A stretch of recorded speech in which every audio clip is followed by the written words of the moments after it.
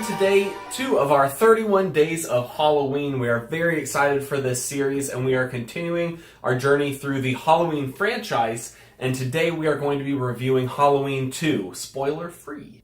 So Halloween 2 actually picks up right after the original Halloween ends. We are still in the same night. In fact, the first few shots of the second movie is the ending shots of number 1. A little much, but that's where we pick up, and Michael is still chasing Laurie, and things are still happening. And this one actually takes place quite a bit in the hospital, which made for an interesting backdrop. I actually thought it was wild that, I don't think this is really a spoiler, because if you've seen the first one, it doesn't actually spoil this, but that they actually reuse footage for the first 15 minutes of the movie was the first movie. And it wasn't even like different angles or perspectives. Like, no, they used the exact same footage. They just cut out a little bit to make it run a little faster. I thought that was absolutely nuts. And overall, I felt like the plot... What can I say about this? It was a little more straightforward, a little less nuanced. It was more just straight slasher. Yeah, I felt like it was more in the vein of everything that goes wrong went wrong. Murphy's Law. To separate Laurie from everyone and make the perfect storm that the killer can just walk in and start killing people. Like, they're cut off from everyone perfectly. It just works out that way. It was very convenient, whereas the first movie didn't feel like it was super convenient, but it felt like everything worked out in Michael Myers' favor in this one. So let's kick off talking about the characters with our main character, Laurie, again played by Jamie Lee Curtis. Again, we pick up right after the first one ends, so she's hasn't really had any time to develop any further. Like, she is still fresh on her trauma. In fact, she's heading to the hospital, and she seems unperturbed for the most part. Like, she just seems pretty chill about things, even though he's still out there. Yeah, I mean, you write off the first part as, like, shock, but she seemed pretty okay. I didn't feel terror from the characters quite as much in this film as I did from the first film. And I don't know if that was an acting choice or a directing choice. I definitely feel like the tone is different in this movie, and maybe we can talk about that once we're done with these characters. But I actually felt like, though, Laurie did a better job of fighting back in this film. True. But that's because most of this film is her actually fighting back or running away. There's not a whole lot of this film. Well, because there's no part to build. Introduce the villain. Yeah, it starts at a high note and keeps at a high note. That's a good point. Yeah, it doesn't really have a ebb and flow as you do with, like, an origin story. Which leads you to be more just bored in the slow parts, because you're already high-strung. You're coming right off the climax of the first film, and there's no moment to slow down. There's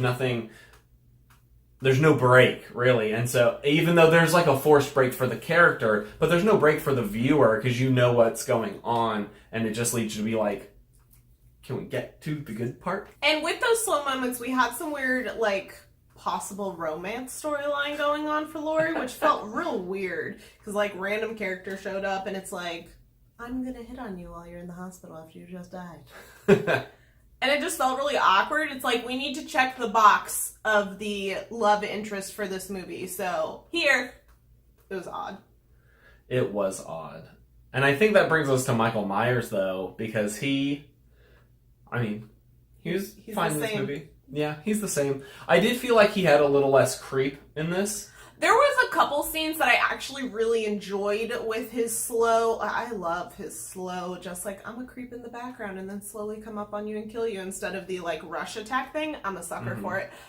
Which we might talk about some at the end with some spoilers. But outside of those couple moments, yeah, I would agree. He was much more bold. I much prefer the, like, stalking killer where, like, the victim doesn't see him yet, and he's, like, kind of popping in and out, or, like, will pop up somewhere you don't expect, rather than you see him, they see him the whole time, they just can't get away, and he just slowly walks towards them.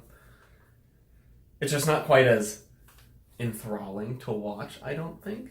But they also embrace his, like, immortality a little bit more. Because without getting into spoilers, they really put that to the test. They ask you to suspend your disbelief a lot more. It's clear that he's no longer a normal human. and they start crossing over into like Friday the 13th territory. We've been a bit negative so far, but a good positive of this movie is that the music is much better. If you watched our number 1 review, we'll link it for you if you haven't.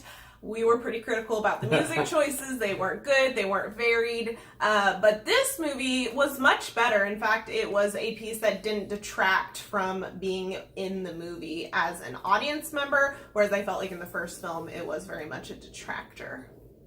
Yeah, I think that he added more tracks, and the usage of the tracks was better. He didn't feel a need to constantly play music throughout the film, which was good.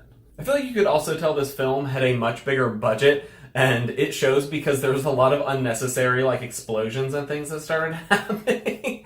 And so you could just tell that the first one was successful. They got more money, and so they tried to go bigger with it. And I guess we'll give our final say in whether we thought bigger was better, but you could tell that they had a lot more money to pour into an epic finale and things like that. Like Steven mentioned earlier, the tone is very strange for this film. It's pretty different from the first one, where the first one is a slow build to a typical, climax. This one, it's just so high key the whole time. Like within the first 20 minutes, there's like a big character, well, not a big character, like not a main character death, but like there is a death scene that's significant, and it surprised the heck out of me. I was like, oh, we're still in like the first half of Act 1. Okay, what are you gonna do next? And then like nothing that high key happened for a while. I don't know, it was weird. I definitely felt like the pacing was a little odd in this movie. The way they decided to I guess write that out and have the pacing for the night continuing just felt odd. And like I said before, the breaks felt a little boring, and the moments that were supposed to be exciting felt a little flat to me because of that. I just was not as excited as I think I was in the first one, because that slow tension building over time, and I didn't feel that same tension during this one. Now, I'm not going to mention specific spoilers here. However, I know that in our first movie review, we postulated that maybe they explain why he's so hell-bent on going after Lori, specifically, maybe later in the series. And they do that in the second one. They reveal why he is targeting her. I forgot about that, but that's true. Yes. So, if you're curious, that is what happens in this film. For all that we've complained, I still enjoyed watching this one. I felt like it was worth watching considering how much we enjoyed the original. It was just not as good in most areas. It just felt like it couldn't quite recreate the magic that the first one did with its tension and its tone and the creepiness factor. A lot of that was missing from this one. And maybe that is also because we're so used to like, at this point, I've seen like 18 horror movies in a hospital, and so maybe like the setting and stuff doesn't feel quite as novel as it might have been. But in general, just the way they pace this movie, the tone, everything about it just didn't quite feel like it meshed as well as the first one did. I'm personally very interested to see where they go from here. Like, is number 3 going to pick up on the same night? Which I've actually heard that number 3... Oh, is it weird? Is like Off the way rails? different. Oh. We'll find out. Yeah, people have let us know in our comments that it's way different. Oh. So it'll be an adventure. I'm excited to see where the series goes, because I think after this one we have, 3 or 4 more before we hit like the reboots. Reboots are going to be number 9 and 10. So yeah, we've got 8 films before those. So I'll be interested to see where this adventure leads us, because I know that Jamie Lee Curtis isn't even around for all of them, I don't think. No, I think after 2 or 3 she's gone. Yeah, so she comes back for H2O. Yeah. We'll see what happens. It'll be fun. Come on the journey with us. Speaking of, give us a thumbs up if you like this video. If you're excited for this Halloween series, we're very excited for it and are interested in your thoughts. Don't be a dick and don't spoil the movie in the comments or future movies. At this point, we will have already seen the rest of the series because we're filming this 2 months early. But other people may not have, so don't be a jerk. Thank you. Yeah, it'll be more fun to experience this adventure together, and if you're watching this, because all these movies, except for H2O, we have not seen before, so we're watching for the first time, and it's a lot of fun, and we want you guys to be able to experience that with us. So if that happens, you'll get blocked from the channel. But subscribe if you like us and you want to see more videos from us. Like we said, the rest of this month are going to be full of fun Halloween things. We are going to have things other than this Halloween franchise, I promise. But we have lots of fun stuff coming up, so join the fam if you want to see all those. And if you want to check out any of our other videos, Halloween related or not, you can check those out over there. And we'll see you in our next video. Bye, guys.